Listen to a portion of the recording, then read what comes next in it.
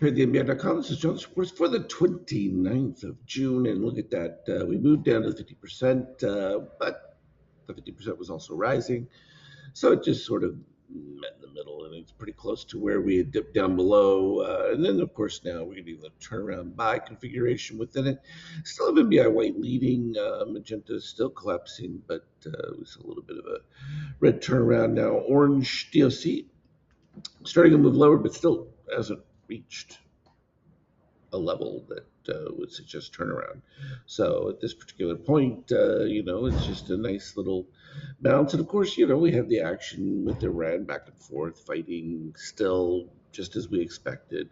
So that's just an ongoing thing. The NASDAQ has really been the support key here. Uh, Held at the 61% range and didn't quite get to the depths that the NQ did from a low dip and bouncing back off of it neatly. But you still have NBI white lead, but you see there's a flattening of that magenta there. So the potential is you could have a crossover very easily and a continued dip of orange. But for now, we're still in continuation mode. So, you can still get pops within that, but the broader sell configuration still exists until it flips. Now, still not getting anywhere with oil, holding right around the 70 range.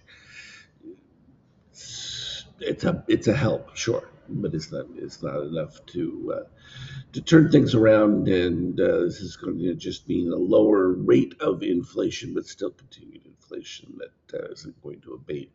Um, for things to get better, you would need some form of deflationary move, and this is not happening.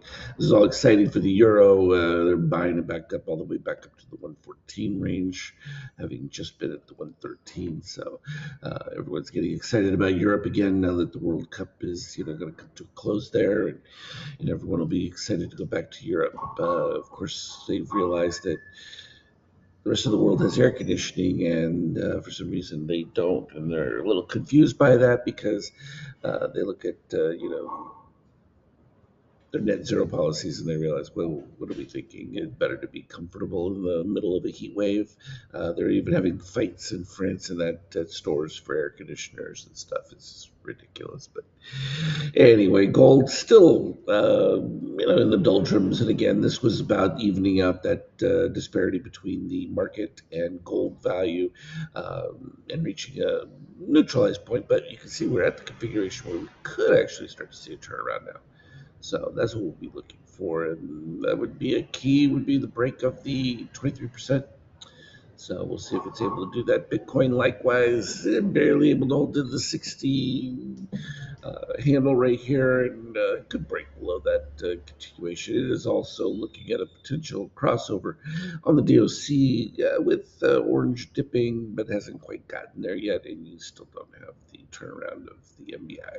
So still problematic for Bitcoin. And when we look at it from an intraday, so you can see we're just bouncing around in the same range that we've been in. So no real conviction, but really solid range in between that. So the plus minus of the median has been fairly nice, and the move's pretty consistent. It's not like chop. We're getting nice trend runs that are very easy to trade. It's easier to see for a 5K. We get these nice solid moves, consolidation periods, and then nice big upswings as well. More consolidation, another upswing, and then fades. So yeah, that's all pretty clean.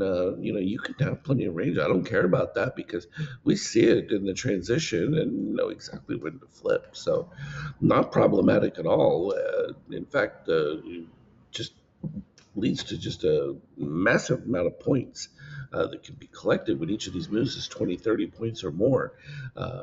It makes it pretty darn easy on the day. You just keep racking those up. So, from MBI view, it's fantastic opportunities. While most people are just looking at everything saying, we're not going anywhere and this is boring. Anything but. So, we'll keep doing it. It's all looking good, making the adjustments for July indicators. That should be an interesting one. We got the holiday, of course, with July 4th, but